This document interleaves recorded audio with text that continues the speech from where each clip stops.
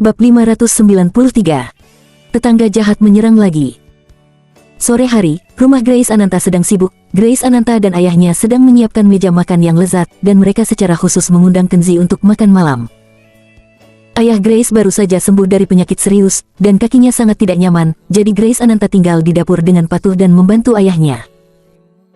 Keahlian memasak ayah Grace bagus, dan dia dengan cepat memasak beberapa hidangan besar ayam, bebek, dan ikan, dan keterampilan memasak Grace Ananta juga sangat bagus. Jadi dia mengganti dan biarkan ayahnya pergi istirahat. Ayah Grace melambaikan tangannya secara langsung, dan berkata, "Tidak perlu, Nak Kenan menyembuhkan penyakitku, aku akan memasak sendiri." Ngomong-ngomong, kamu telah bekerja dengan Nak Kenan akhir-akhir ini, bagaimana kamu bergaul dengannya? Pernahkah kamu bertanya kepadanya mengapa dia memiliki keterampilan medis yang luar biasa, namun mengapa dia tidak bekerja di rumah sakit besar? Ayah Grace bertanya dengan santai sambil memasak. Grace Ananta menggelengkan kepalanya, memotong sayuran dan berkata, "Aku bertanya sedikit, tetapi dia tidak merinci.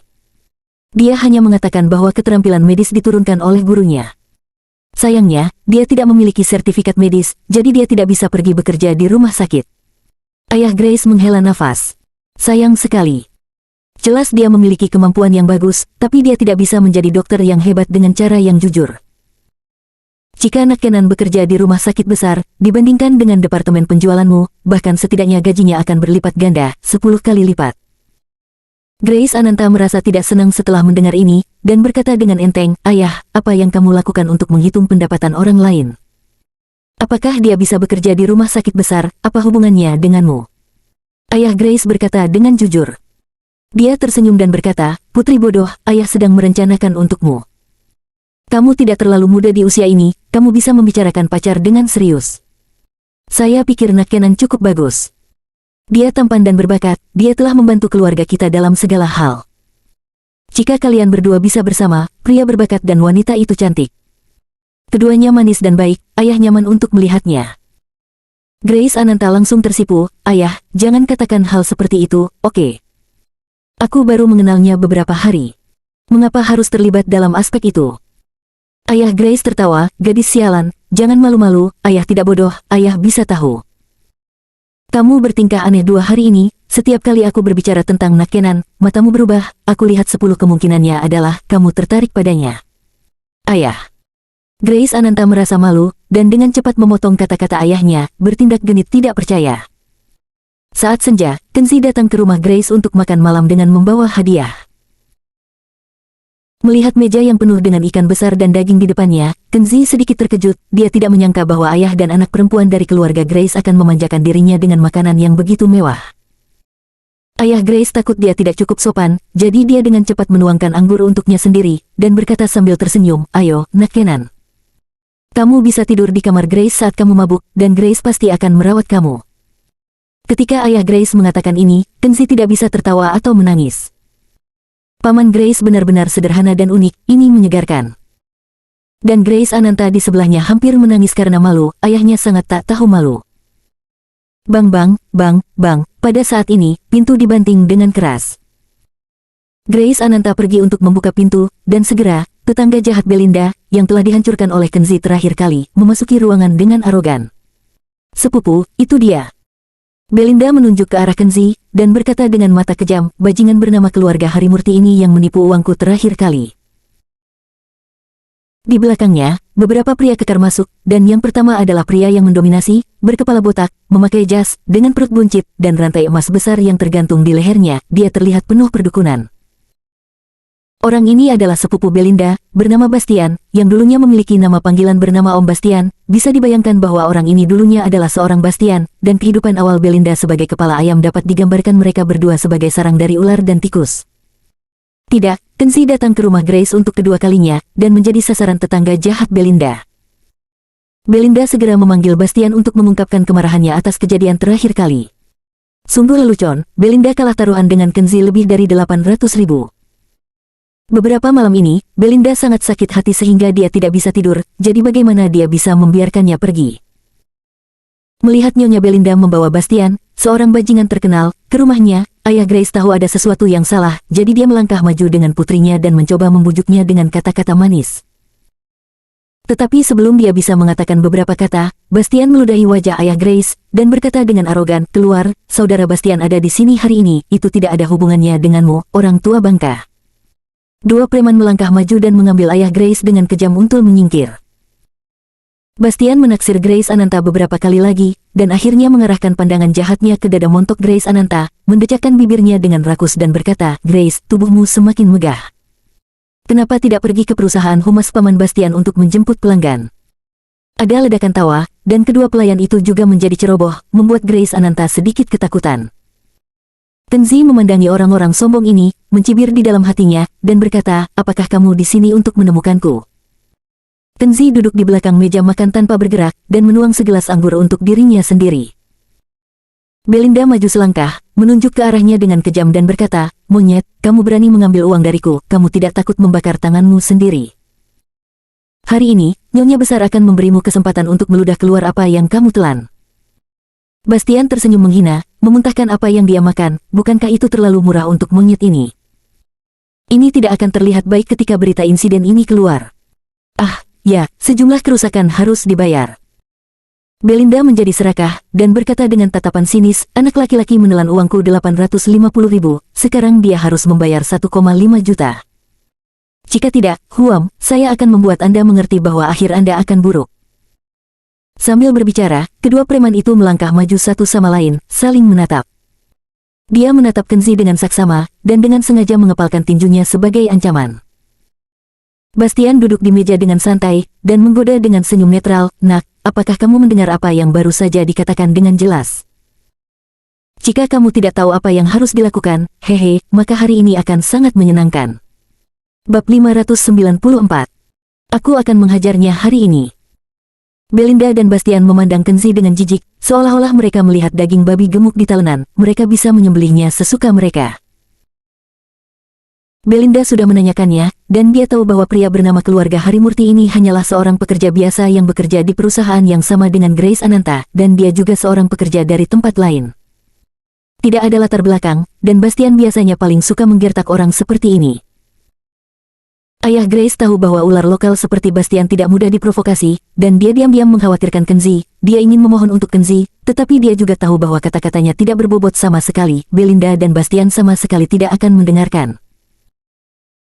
Grace Ananta juga diam-diam tidak sabar, dia tahu karakter seperti apa Kenzi, dan dia tahu bahwa Kenzi pasti tidak akan menghabiskan uang sebanyak itu, tetapi jika Kenzi tidak melakukannya, karena reputasi terkenal Bastian yang mendominasi, dia pasti akan membuat Kenzi rugi besar. Bagaimanapun, Bastian adalah ular lokal yang terkenal, dengan banyak preman, dan Kenzi hanyalah pekerja kantoran biasa, dan dia tidak dapat bersaing dengan orang seperti Bastian.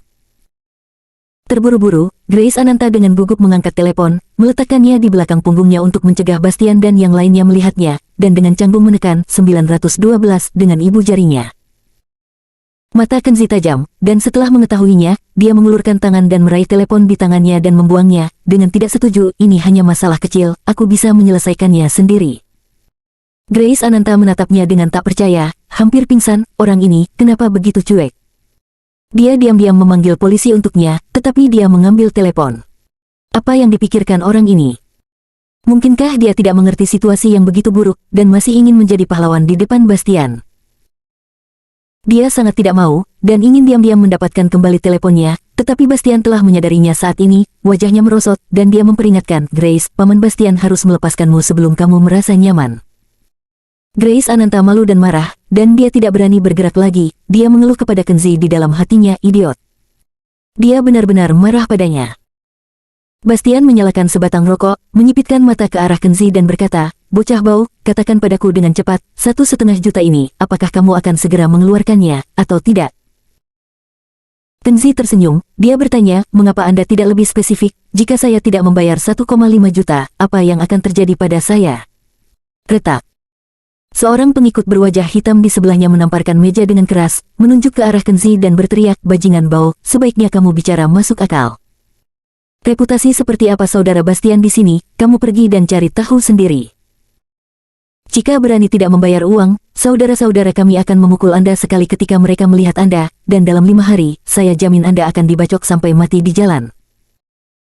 Bastian melambaikan tangannya dengan munafik, memberitahu bocah kecil itu untuk tidak terlalu bersemangat, dan berkata, jangan terlalu keras. Lagi pula, saudara Bastian adalah orang yang berstatus, dan dia tidak akan melakukan hal-hal jahat seperti itu. Paling-paling, cukup memukulinya menjadi lumpuh dan tidak membunuhnya. Haha, tertawa aneh, dan beberapa orang menjadi semakin sombong. Belinda menurunkan posturnya, dan berkata dengan nada menghina, kamu bajingan kecil, cepat bayar. Jika kamu tidak membayar lagi, aku akan membuatmu menjadi Kasim. Tepat ketika dia akan memberi pelajaran pada Belinda, ponsel tiba-tiba berdering. Kenzi menghubungkan telepon, dan suara khawatir Duran Garda keluar dari ponsel, Tuan Harimurti, saya baru saja menerima berita bahwa Bastian bajingan, ingin merepotkanmu. Kenzi sedikit terkejut. Dia tidak menyangka Duran Garda mendapat informasi yang begitu baik. Segera setelah seseorang di sini datang untuk menanyakan masalah, dia mendapat berita. Sepertinya nama, harimau besar, Duran Garda, itu tidak mengada-ada. Ya, ada hal seperti itu, dan sekarang dia tepat di depanku. Ngomong-ngomong, apakah kamu sangat mengenalnya? Kenzi bertanya dengan santai. Orang macam apa dia, bajingan yang memulai sebagai mucikari, jika dia tidak memberiku upeti setiap tahun, aku bahkan tidak akan mau repot-repot melihatnya. Setelah jeda, Duran Garda berkata dengan hormat, Tuan, dengan kata lain, bagaimana Anda ingin memberi pelajaran si mucikari Bastian? Dan anak perempuan yang dia besarkan di bawahnya. Semua mucikari bajingan itu diikat dan dikirim kepadamu bersama-sama. Duran Garda tidak khawatir tentang sisi Kenzi, apa yang akan dilakukan Bastian padanya, karena Duran Garda tahu, dengan kemampuan Kenzi 100 mucikari tidak bisa menggertaknya.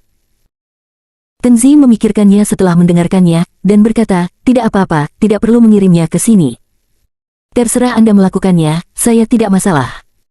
Duran Garda berkata, oke, tunggu saja, berita itu akan segera tiba. Kenzi mengangguk, menutup telepon, lalu meraih sumpitnya dan mulai makan sendiri. Bastian meliriknya dan berkata dengan suam-suam kuku, telepon barusan sepertinya berbicara tentang saya. Kenzi menyesap anggurnya dan berkata, benar, ini tentang Anda. Germo Bastian, kuberikan kesempatan padamu. Aku akan membiarkanmu pergi hari ini. Jika tidak, konsekuensinya akan menjadi risiko Anda sendiri. Grace Ananta dan ayah Grace tiba-tiba mendengar dia mengatakan ini, Bastian, Belinda, dan kedua penjahat itu semuanya tercengang, dan bahkan curiga bahwa mereka salah dengar. Seorang anak laki-laki pekerja di perusahaan Smile mengatakan kata-kata yang mengancam pada ular lokal yang ganas seperti saudara Bastian, apakah dia mendapatkan masalah dalam otaknya? Grace Ananta benar-benar cemas, dia menggelengkan kepalanya berulang kali dan mengedipkan mata pada Kenzi, memberi isyarat padanya untuk segera meminta maaf dan tidak menyinggung Bastian. Tapi sekarang, sepertinya sudah terlambat. Bastian tersenyum dingin, dan berkata dengan nada mencemooh, kamu bajingan kecil, nada bicaramu cukup besar. Kamu berani menakut-nakuti saudara Bastian, apakah kamu tahu apa konsekuensinya? Kedua preman menyingsingkan lengan baju mereka dan menatapnya segera, siap menerima perintah, maju dan lakukan. Belinda tidak tahan lagi, dia menunjuk Kenzi, dan berkata dengan kejam, ayo, pukul bajingan itu dengan keras, dia akan memakan kotorannya hari ini. Sebuah pesan teks muncul di ponselnya, Bastian mengeluarkan ponselnya dan meliriknya, jantungnya bergetar dan wajahnya memucat. Dia menatap Kenzi, matanya penuh ketakutan. Belinda tidak peduli apa ekspresi Bastian. Melihat bahwa mereka tidak bergerak, dia buru-buru mendesak, sepupu Bastian, beritahu saudara-saudaramu untuk melakukannya segera. Belinda penuh dengan kebencian dan marah, si kecil bajingan ini berani memiliki waktu yang sulit dengan wanita tua ini, dia harus memakan kotorannya hari ini. Aku akan menghancurkanmu jika tidak tutup mulut. Bastian pertama gemetar ketakutan, lalu menjadi marah. Dia bangun, menamparkan wajah Belinda dengan tamparan keras, menyebabkan Belinda berteriak, dan bahkan giginya copot. Dia buru-buru menjambak rambut Belinda, menyeret wanita yang menangis itu ke arah Belinda, memaksanya untuk berlutut bersamanya, lalu menghadap Kenzi dan berkata dengan wajah sedih, Tuan Harimurti, saya minta maaf, saya benar-benar minta maaf. Saya tahu saya salah. Sekarang, saya mohon Anda segera menelepon Bos Tiger, bisnis kecil saya tidak tahan dengan Anda. Grace Ananta dan ayah Grace sama-sama terkejut melihat titik balik yang ajaib dengan mata mereka sendiri, dan Grace Ananta menatap mata indah Kenzi yang penuh rasa ingin tahu dan pertanyaan. Bab 595. Bahaya dari biarawati iblis kuil teratai putih. Sebuah pesan teks membuat Bastian tiba-tiba berlutut secara otomatis, bahkan babi pun tahu bahwa Kenzi sama sekali bukan pencari nafkah biasa, latar belakangnya pasti menakutkan. Belinda dan Bastian memprovokasi dia hari ini, seperti menendang sepotong besi. Dapat dianggap bahwa Bastian berbalik dengan cepat, melihat situasinya tidak benar, dia meraih Belinda lagi, menamparkan, dan terus menamparkan pipi monyet bermulut tajam Belinda di depan Kenzi sampai giginya rontok dari mulutnya. Darah mengalir banyak, dan Belinda melolong seperti babi, dan hampir dipukuli sampai mati. Tuan Harimurti, saya salah, saya mohon Anda segera menelepon Bos Tiger, dan jangan mempermalukan saya lagi. Bastian dengan cepat berbaring di tanah lagi, memohon belas kasihan lagi dan lagi. Pada saat ini, Duran Garda dan komplotannya sudah membakar kediaman Bastian. Jika mereka tidak berhenti di situ, semua orang bawahan Bastian, termasuk anggota keluarga Bastian, akan bernasib sial. Bastian tahu bahwa satu-satunya orang yang bisa menghentikan situasi adalah pemuda bernama keluarga Harimurti di depannya. Panggilan telepon tadi dengan jelas menunjukkan bahwa bahkan bos jahat dari klub serigala jalanan, Bos Harimau, tidak akan mau berhenti melakukan hal-hal berdasarkan wajahnya sendiri. Dia tidak hanya tidak bisa menyinggung perasaannya, tetapi harus memohon padanya dengan baik. Kenzi mengabaikan Bastian, melirik Belinda yang menangis di tanah, dan berkata dengan nada suam-suam kuku, "Belinda, kamu ingin menemukan saya untuk uang yang kalah dari saya dalam taruhan." Giginya hampir hilang semua, dan dia tampak seperti sedang menangis sedih, dengan darah bocor dari mulutnya, dan memohon dengan samar, "Tidak berani, saya tidak berani. Tolong, lepaskan aku, jangan suruh dia pukul aku lagi." Belinda masih belum jelas di mana dia sekarang. Kenzi adalah tipe orang yang tidak pernah bisa dia sakiti, dan ketika dia melihat Kenzi di masa depan, dia bersumpah untuk menghindarinya. Oke, karena ini masalahnya, kalian semua berlutut dan bersujud kepada ayah dan anak perempuan Grace, lalu pergi. Lagi pula, ini adalah rumah Grace Ananta, dan Kenzi tidak ingin membuat segalanya menjadi terlalu besar. Jika ingin menyebabkan masalah, dia bisa melambaikan tangannya dengan santai untuk membalikkan masalah sepele ini. Ya, ayo bersujud. Bastian tidak berani tidak mendengarkan, jadi dia dengan cepat menyeret Belinda dan mendatangi ayah dan anak perempuan dari keluarga Grace. Grace Ananta membuka mulutnya lebar-lebar dan hampir terpana. Hanya karena kata-kata Kenzi, tetangga jahat Belinda, dan Bastian, ular lokal yang tidak ada yang berani memprovokasi, berlari untuk bersujud pada dirinya sendiri. Ini terlalu misterius, bukan? Grace Ananta merasakan sedikit kesenangan, tetapi merasa itu sangat tidak nyata. Tapi ayah Grace sangat ketakutan. Belinda dan Bastian bersujud padanya, dia tidak tahan dengan upacara yang begitu berat. Oke, ayo pergi dari sini, jangan ganggu makanan kami, kata Kenzi dengan dingin. Ya, ayo keluar sekarang. Bastian segera bangkit dari tanah, dan berkata dengan penuh semangat, tapi Tuan Harimurti, saya khawatir mereka tidak akan membiarkan saya pergi. Jangan khawatir, Duran, aku akan menghubunginya. Setelah Kenzi selesai berbicara, dia mengangkat telepon dan mengirim pesan teks ke sana. Baru kemudian Bastian merasa lega, dan buru-buru menyeret Belinda yang cemas, dan buru-buru menyelinap pergi dengan kecewa. Keluarga Grace tenang lagi, tetapi ayah dan anak perempuan dari keluarga Grace tidak berani duduk di meja makan. Ayah Grace Ananta dan Grace menatap Kenzi lama sekali seolah-olah mereka telah melihat seekor monster. Pada saat yang sama, di seberang jalan dari gedung apartemen tempat Kenzi menyewa, di sebuah restoran kecil, 3 biksu wanita yang mengenakan jubah dan topi biksu memasuki restoran. Saat ini, sudah waktunya makan malam. Sudah ada beberapa meja pelanggan di restoran kecil. Ketika 3 biksu wanita masuk, semua pelanggan ini menatap penasaran. Ketika mereka melihat bahwa salah satu dari 3 biksu perempuan sedikit lebih muda, dengan wajah aprikot dan pipi persik, alis pegas, dan sosok yang anggun, sangat seksi dan menawan, beberapa pelanggan pria mau tidak mau menelan air liur secara diam-diam, dan mata mereka mulai panas, dan sulit untuk bergerak. Agatha, kerudungnya. Kakak perempuan terkemuka, Arzena, melihat bahwa banyak pelanggan pria semua menatap Agatha dengan rakus, dan ada jejak kecemburuan dan ketidakpuasan di mata segitiga itu. Kakak perempuan senior berbicara, dan Agatha harus mendengarkan. Dia dengan jujur mengambil syal hitam dan membungkusnya di wajahnya, nyaris menutupi wajahnya yang cantik dan menawan.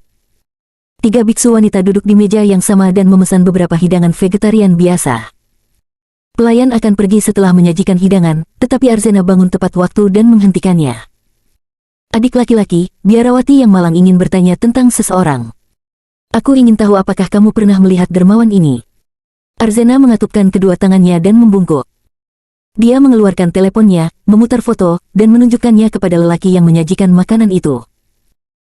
Para biksu pengembara di zaman sekarang ini juga membawa alat elektronik seperti handphone saat bepergian, maka orang ini tidak heran, dia mengambil handphone tersebut dan melihat dengan seksama. Foto di layar ponsel kebetulan adalah Kenzi. Adik laki-laki itu melihatnya sebentar, lalu tersenyum dan berkata, "Beberapa nona, Anda benar-benar bertanya kepada orang yang tepat. Saya kebetulan melihat pria tampan dalam gambar di telepon 2 hari ini." Menunjuk ke restoran di seberang jalan, dia sering keluar dari gedung apartemen itu. Dia seharusnya menjadi penghuni gedung apartemen itu. Adapun di lantai berapa dan di kamar mana dia tinggal, saya tidak tahu. Arzena memberi hormat, berterima kasih padanya, Emi Tuofu, nasihat adik laki-laki saya telah banyak membantu orang miskin dan biarawati ini. Sama-sama, sama-sama. Adik laki-laki itu berkata dengan antusias, ngomong-ngomong, ketiga noba ini dari tempat lain, apakah kamu mau menginap malam ini? Kebetulan pemilik hotel kami juga membuka hotel kecil, yang terletak di sebelah restoran. Kamar di dalamnya sangat bersih, ada kamar untuk 3 orang dan kamar untuk 2 orang, dilengkapi sesuai standar hotel, dengan segala macam fasilitas. Kalian bertiga, apakah Anda ingin membuka kamar dan menginap di hotel? Mengingat bahwa kalian bertiga adalah biksu, saya dapat berbicara dengan bos untuk memberi Anda diskon. Arzena memiliki niat ini, jadi dia tersenyum dan berkata, "Saudara, kami merepotkan, siapkan 3 kamar untuk kami. Akan ada perenungan malam di malam hari, 1 kamar per orang, itu relatif sepi." Oke. Adik laki-laki itu mengangguk dan berkata, "Berapa lama rencana 3 nona untuk tinggal?" Tangan Arzena menyatu, dan sangat sopan, biksu wanita Agatha di sampingnya telah mengeluarkan setumpuk uang kertas besar dan menyerahkannya kepada adik laki-laki yang sedang menarik pelanggan. Tanpa diduga, ketiga biksu perempuan yang tampak miskin, uang kertas yang mereka keluarkan tebal, pelayan itu diam-diam mendecakkan lidahnya, mengambil uang kertas itu, mengangguk sambil tersenyum, dan pergi. Segera setelah dia pergi, Arzena merendahkan suaranya dan memberitahu Agatha dan saudari junior lainnya, "Mulai hari ini, kita bertiga akan memantau gedung apartemen yang berlawanan pada interval waktu yang berbeda. Setelah berdiskusi denganku, ambil tindakan. Juga, jangan memakai jubah biarawan di tubuhmu. Kita semua berubah menjadi pakaian sipil biasa, kata-kata dan perbuatan mereka juga harus warga sipil, agar tidak ditemukan oleh Kenzi." Agatha tersenyum setelah mendengar ini, dengan genit berkata, "Bagus, aku bisa memakai rok yang indah lagi. Aku ingin memakai rok pendek mode terbaru, dan aku ingin memakai riasan yang indah untuk memamerkan sosokku yang bagus." Arzena mendengarkan dengan perasaan tidak puas, dia memelototinya.